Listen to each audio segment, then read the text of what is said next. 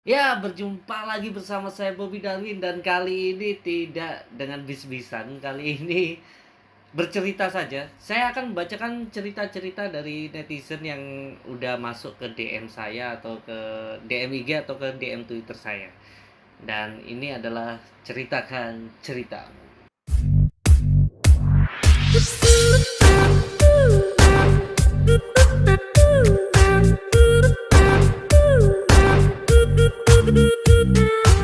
Oke, untuk episode pertama ini saya akan membahas cerita tentang mantan. Wah, ngeri bro, manten. Ya, karena banyak yang pakai bahasa Jawa ya, jadi nanti saya bacakan bahasa Jawanya, tapi saya bakal ceritakan apa inti masalahnya. Oke, jadi yang pertama ini yang udah masuk ke DM saya, jadi gini ceritanya.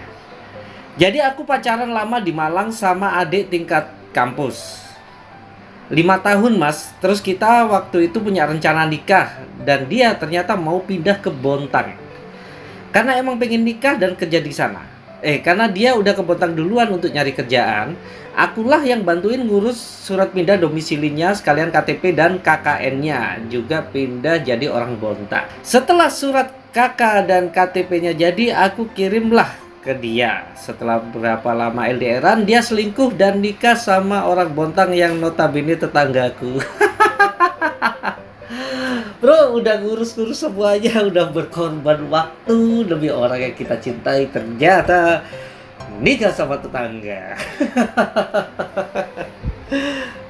Banyak ya kejadian seperti itu ya.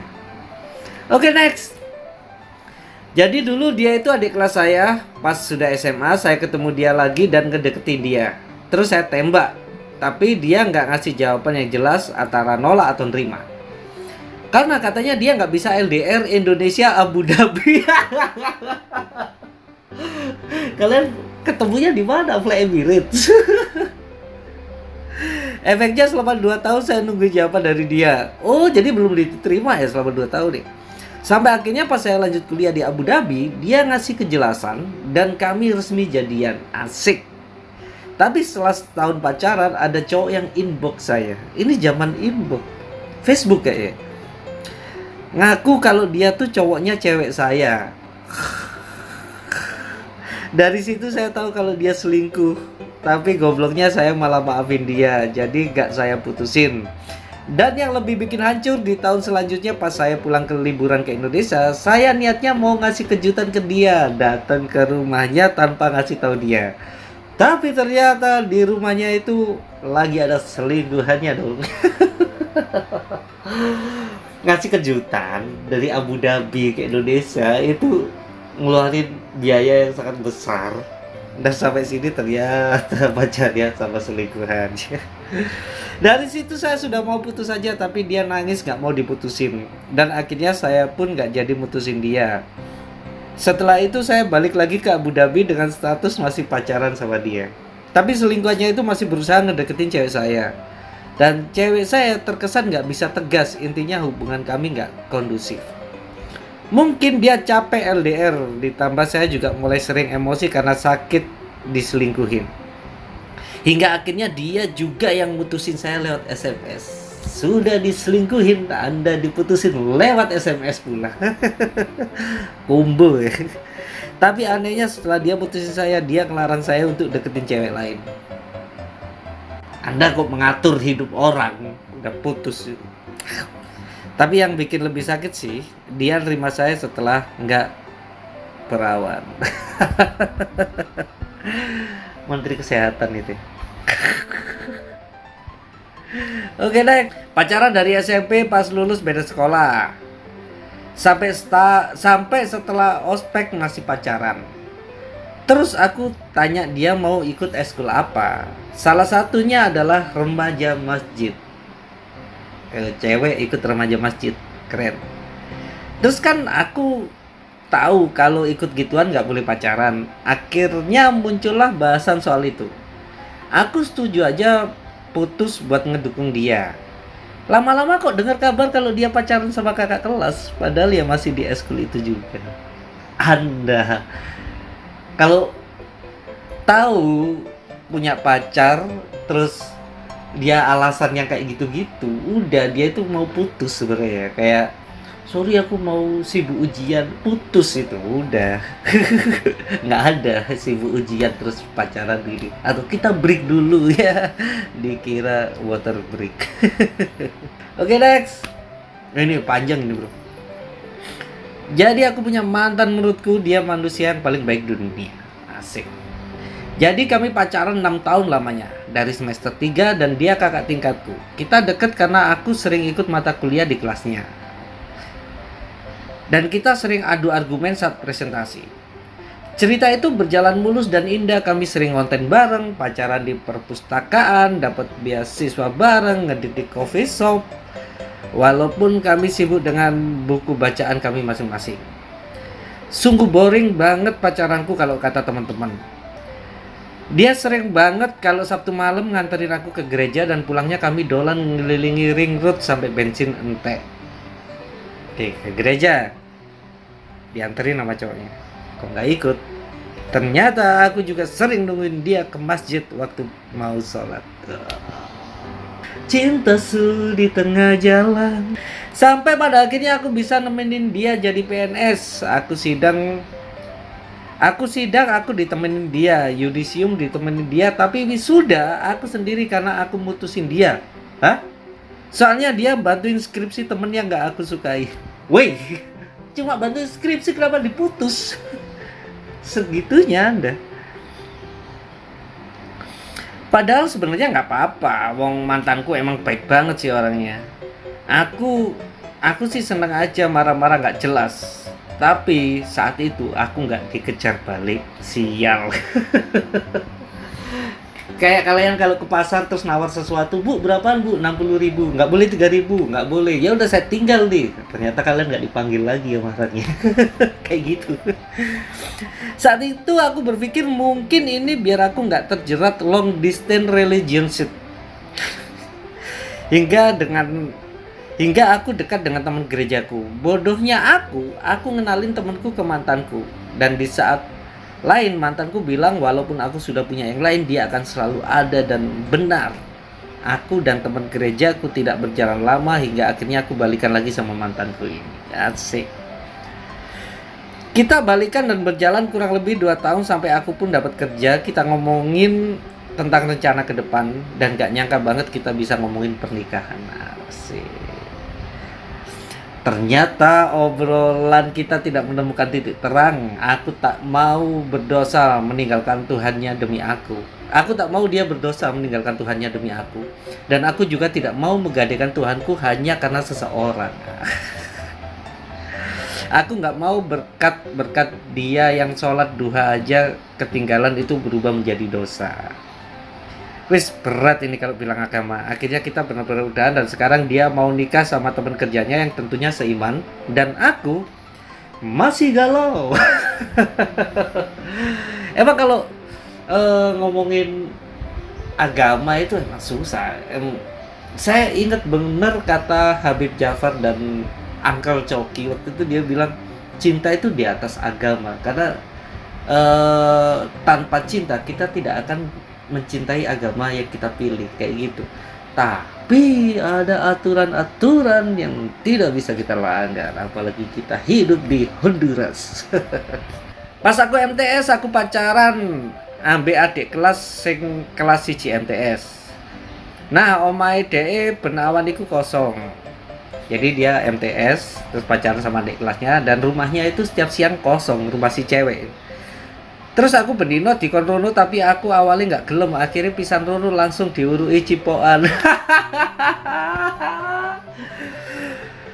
Jadi dia setiap disuruh ke situ nggak mau, tapi sekalinya ke situ langsung diajari ciuman. Terus itu pertama kali aku ciuman dan sing kenal pertama ciuman itu adik kelas. Dia pertama kali ciuman dan yang kenalin adik kelas. Dari cipokan itu akhirnya aku bendino rono. Emang ada ketagihan. Jadi gara-gara ciuman itu dia setiap hari akhirnya ke sana. Terus suatu saat aku nang omahe pacarku itu nggak kondo dhisik. Jadi suatu hari dia ke rumah pacarnya nggak bilang dulu. Langsung ae nang omahe lah kok sedeng nyampe aku kaget dhek cipokan ambek arek lanang liya, Pak.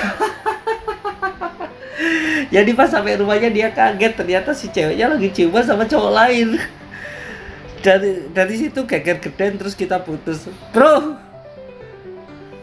Anda pacaran sama itu, sama mentor ciuman. Sama kayak orang ngajarin itu Natuna. Mas Bob, aku pengen cerita tentang mantanku. Siap. Aku pacaran karo arek iku sekitar 2 tahun lebih. Jadi dia pacaran sama pacarnya 2 tahun lebih. Dan arek iku pernah selingkuh 2 kali. Jadi selama 2 tahun lebih dia ceweknya selingkuh 2 kali. Sing pertama iku jalan karo arek lanang dan sing lanang iki kate nglamar arek. Jadi si cewek sempat jalan sama cowok lain dan si cowok lain mau ngelamar si cewek ini. Kayaknya emang lebih berani ini sih daripada Anda ya. Si kedua jalan karo mantan sepikane. Dek nglakoni ngono mungkin penyebabnya aku dewe. Meskipun ono kejadian ngono, aku tetap lanjut karena aku sayang dek. Oh. Jadi si cowok ini masih meskipun mungkin ceweknya kayak gitu itu penyebabnya dia sendiri. Tapi meskipun ceweknya kayak gitu, dia tetap sayang sama dia. Dan yang terakhir, kita berantem besar karena saya takut ada kejadian yang kayak pertama, kita putus dan temenan. Setelah 3 minggu putus, dia tunangan sama cowok lain yang dia kenal baru 2 minggu. Bro, emang ada dari awal sepertinya ada emang nggak berani kayak yo wes pacaran aja tapi nggak berani masuk lebih dalam. Sepertinya itu dengan cewek itu nggak semuanya nyaman pacaran gitu. Ada cewek itu pasti ada yang butuh kejelasan gitu. Mungkin itu permasalahannya. Makanya dia memilih orang yang berani melamar dia meskipun baru kenal 2 minggu. Oke, next. Aku pernah kumpul kebo sama pacarku selama sebulan lebih. Jadi dia pacaran sama kebo. Bahkan saking cintanya sampai gak berani nyentuh dia. Ngeri. Tapi setelah dia memutuskan untuk kuliah ke Malang, dia jadi berubah. Bahkan chat jarang dibalas. Sekalinya balas cuma ngomong kita kayaknya gak bisa lanjut. Emang Malang itu ngeri bro. Fuck, tahu gitu kan tak apa-apain ya pas sebulan. Jahatan. Untung gak diapa-apain. Gara-gara kuliah di Malang, hidupku juga Malang. Asik. Ngeri. Lucu. Jadi sebenarnya kisah ini sedih apa lucu sih? Jadi ceritanya aku pernah pacaran sama temen kerjaku dulu. Duda anak 1, istrinya sudah meninggal. Oke. Kemana-mana bolang berdua. Pernah sekali dia bilang mau bawa aku ke ortunya di Cepu. Ternyata zong, malah main dan nginep di rumah temennya. Malah jadi kenal sama ortu temennya. Gimana kalau nikah sama temennya? Ya wes lah ya, mungkin belum waktunya ketemu ortu doi. Kita tetap pacaran. Long story short, aku sempet ngekepin di WA-nya story yang doi buat, di-send sama kontak dengan nama mama saya, Bang Abdul. Aduh mama sayang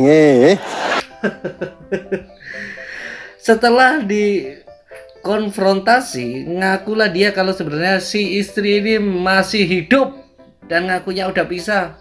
Fuck, ternyata istri Anda masih hidup bro. Ngaku-ngaku udah mati. Gimana perasaan istrinya ya kalau tahu ya? Kayak, jadi selama ini aku mati. Kutanya surat cerai katanya ada di rumah ortunya. Satu kali si anjing ini sempet nggak ada kabar lama, ya udah kesempatan buat ngejauh. Balik-balik minta maaf katanya kilaf. Ya udah karena ngerasa nemu momen aku putus saja sekalian dan akhirnya aku ketemu laki-laki yang sekarang jadi bojoku. Oke, selamat. Karena selalu ada hikmah di balik sebuah kejadian gitu. Next. Aku tahu kumpul ambek konco-koncoku lanang. Gak salah kan ya? Ini cewek. Jadi dia pernah kumpul sama cowoknya, sama temen-temennya yang cowok. Dan dia bilang gak salah kan? Orang gak ngapa-ngapain, cuma ngumpul aja. Terus pacarku lewat, dia tahu aku lagi kumpul sama cowok-cowok, dia langsung jemput aku, narik aku, terus aku dipukuli dan dicakari. Masih pacaran. Ini pasti pacarnya Black Panther. Buat temen-temen yang kalau masih pacaran, udahlah bro, jangan main tangan. Orang masih pacaran gak biayain apa-apa juga kalian. Oke, next. Sinetron Indosiar itu real. Ini panjang sekali. Halo Mas Bobi, jujur waktu Mas Bobi bikin question tentang mantan, aku jadi pengen cerita. Padahal aku cuma mengagumi Mas Bobi sebagai silent rider, tapi kali ini aku mau cerita tentang mantanku. Bisa aja bro. Jadi pandemi itu emang jancuk mantanku juga. Aku pacaran sama doi mulai 2017. Semua awalnya berjalan baik-baik saja. Dari awal pacaran sampai putus kita kumpul kebo. Ketika pandemi, di mana ekonomi kami mulai diserang, dan mantan saya minta izin buat berkarir di Bigo. Karena dari testimoni temannya di Bigo bisa berpenghasilan 10-15 juta per bulan. Asik. Setelah kami menimbang plus minusnya, akhirnya kita sepakat kalau mantan saya boleh berkarir di Bigo. Bro, Anda nekat sekali. Itu kayak jebakan loh. Awalnya lancar dan Bigonya rame, walaupun mantan saya ngaku di Bigo jomblo. Dari situ harusnya udah mulai paham. Gak apa-apa, yang penting 10 juta bro. Bro. Suatu ketika di siang hari datanglah si ibu si mantan ngetok kosan kami. Singkat cerita, ibunya izin mau tinggal di kosan kami sementara karena sedang berantem sama suaminya gara-gara ekonomi lagi dan lagi. Oke, berarti udah sering ya. Nah, ternyata nggak cuma ibunya, kakaknya cowok pun ikut numpang di kos kami. Sampai muncrat, lucu sekali. Anda jadi penampungan deh. Kakaknya kerja di Gojek tapi tipikal Gojek nyambi atlet Mobile Legend. Duit nggak ada, Mobile Legendnya juga nggak matic. Ya udah, akhirnya kita tidur berempat dalam satu kos.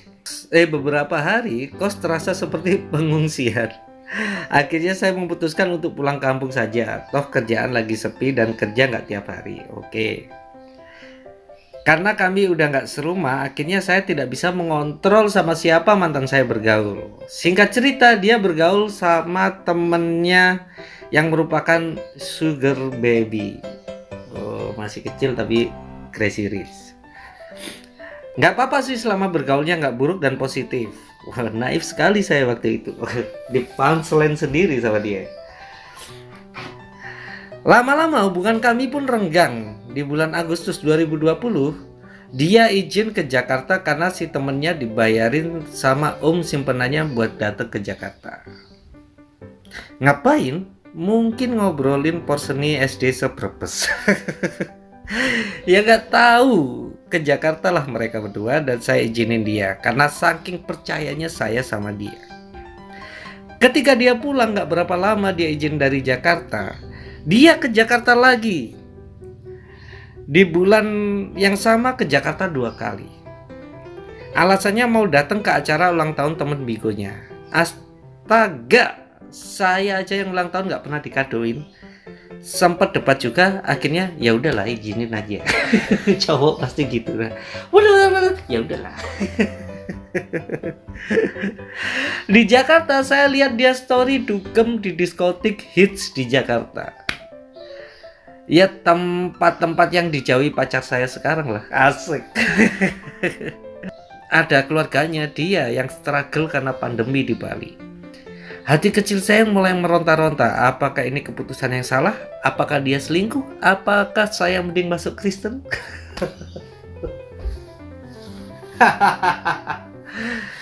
Pilihan ketiga bro, masuk Kristen. Di situ saya bingung banget. Ngelihat kelakuan dia, mana kakaknya masih main Mobile Legends terus. Setibanya dari Jakarta kami ketemu dan dia perlakuannya udah dingin banget gitu. Singkat cerita dia minta putus karena alasannya pengen ngurusin keluarga yang berantakan. Saya okein lah karena saya nggak mau juga nikah sama dia. Nanti kalau kita nikah, kita punya rumah, tiap pagi berangkat kerja saya harus ngeliat kakaknya ngepus rank. Masih kakaknya terus. Setelah saya putus ternyata dia tetap lanjut dengan kehidupannya yang glamor dan dugem-dugem. Dan saya dapat info dia sama keluarganya tidak seatap lagi melainkan dikosing di tempat terpisah. Asu, ternyata mantan saya dugem-dugem tapi keluarganya melarat. Makanya teman-teman penonton YouTube Mas Bumi, jangan meremehkan cerita-cerita sinetron Indosiar. Karena penulis naskahnya tidak bodoh. Itu penulis naskah Indosiar tidak ada yang bodoh. Pasti apa yang dia tulis itu based on true story. Semenjak kejadian yang saya alami, saya percaya di Indonesia pasti ada jenazah yang jasadnya masuk molen. Dan ketiban gas LPG 3 kilo yang karetnya rusak. Fuck, lucu sekali. Aduh. Orang kalau udah berdamai dengan keadaan kayak gitu, jadi meskipun keadaannya itu menyakitkan hati, itu masih tetap bisa funny. Coba deh kalian berdamai dengan keadaan kalian. Oke, next. Jadi gini mas, aku pacaran dari 2011, 4 tahun pacaran, semua baik-baik saja hingga aku bekerja pada 2015. Pacarku waktu itu milih kuliah di Solo. Oh iya, aku kerja di Kalimantan. 2016 aku pulang ke Jawa lanjut kuliah. Tapi kami tetap LDR. Aku di Malang, dia di Solo. LDR banyak salah paham. Ibunya kayak makin realistis mas. Semenjak aku kuliah dan gak kerja, tiap main ke rumahnya tiba-tiba alis ibunya gandeng.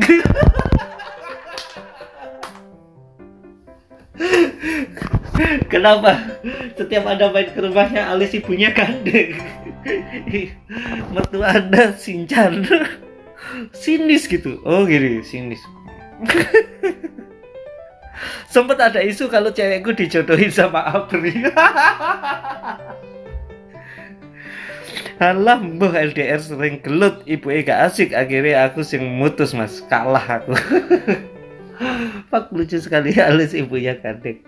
Aku mau cerita nih pengalaman pacaran terakhir kali. Dulu pacar aku pernah izin mau ke Jawa Tengah buat kerja. Pas ditanya kapan baliknya, dia gak bisa pastiin katanya. Kerjaannya banyak. Setelah 2 minggu dia gak balik-balik. Terus chat aku juga makin jarang dibalas. Sedih dong. Makin aku kepoin deh tuh. Akhirnya aku tahu IG ku di hide story sama si dia. Sering terjadi.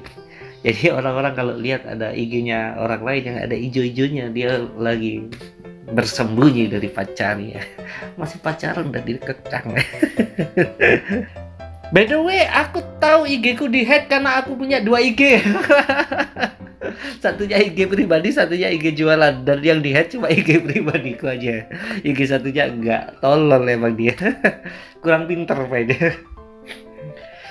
Terus akhirnya aku tahu dia di sana nggak kerja, dia malah clubbing dong. Ada video dia lagi clubbing sama Purel Cipokan di sana. Pas balik-balik aku tanyain dia, dianya malah mutusin aku. Kocak. Yang ketahuan siapa, yang mutusin siapa? Kan belum selesai marah-marah ya. Lucu. Oh iya, aku juga pernah iseng-iseng tanya sama si Purel ya, LC-nya yang nemenin dia selama di sana. Katanya dia coba nemenin jalan-jalan selama di sana. Nemenin jalan-jalan. Jelas nggak mungkin. Pernah pacaran sama yang lebih tua jauh. Pacaran kurang lebih 3 tahun. Pernah diputus H-1 ulang tahun. Aduh. Aku kira prank, ternyata diputus beneran.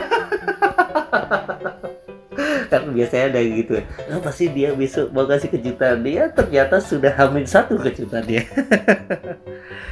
Mantanku yang satu ini memang berulah. Zaman pacaran aku nemuin foto dia sedang bercumbu dengan LC 50 ribuan alias gak banget. Ada kok tahu harga LC sih. Acara wisuda si dia aku pakai baju beda sendiri karena gak dikasih seragam. Padahal pacar adiknya dikasih. Masih dengan orang yang sama karena aku balikan. Ditinggal pacaran sama cewek lain. 2 bulan kemudian dia ngejar lagi. Nggak mau sama si cewek baru itu, katanya nyesel. Setelah dicari tahu, si cewek berlatar belakang dari keluarga kurang mampu. Cuk, salah wis bajingan matri maneh. Udah putus ala-ala jalan-jalan ke Jogja sama cewek baru, tapi seminggu kemudian pinjam uang ke aku. Aduh, miskin, sok kaya sih Anda. Punya pacar lagi, kali ini ganteng, gagah, wangi, bersih, pokoknya dari segi fisik pokoknya mantap. Wah, asik. Tapi mau kondo alias modal doang. Dugem nongki jalan-jalan, aku yang nanggung, bangkrut, utang di mana-mana, tapi aku yang ditagih teman-temannya. Lah matamu. Udah gitu gak worth it.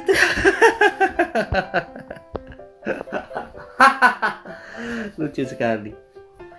Next, aku pacaran sama mbak-mbak anak guru ngaji yang pengen banget bebas, tapi susah karena latar belakangnya.